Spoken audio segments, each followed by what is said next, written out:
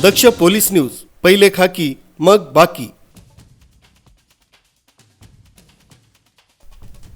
चाळीसगाव तालुक्यातील अपघाताची मोठी बातमी समोर आली आहे।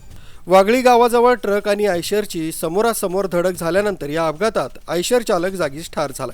हा अपघात मंगळवारी सकाळच्या सुमारास घडलाय।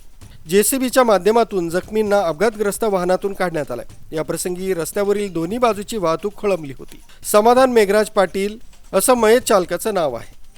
चाळीसगाव तालुक्यातील वागळी गावाजवळ ट्रक क्रमांक MH19Z4758 तसंच आयशर क्रमांक MH19CY 0704 यांच्यात समोरासमोर धडक झाली। या भीषण अपघातात आयशर चालक समाधान पाटील याचा जागेवर मृत्यू झाला, तर ट्रक चालकासह इतर 2 जण गंभीर जखमी झालेत।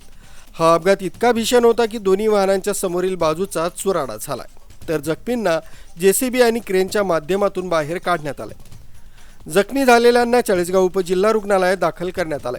घटनेची माहिती मिळाल्यानंतर स्थानिक नागरिक आणि पोलिसांनी धाव घेऊन बचाव कार्य सुरू केलं।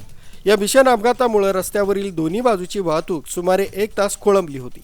त्यानंतर पोलिसांच्या मदतीने वाहतूक सुरळीत करण्यात आली।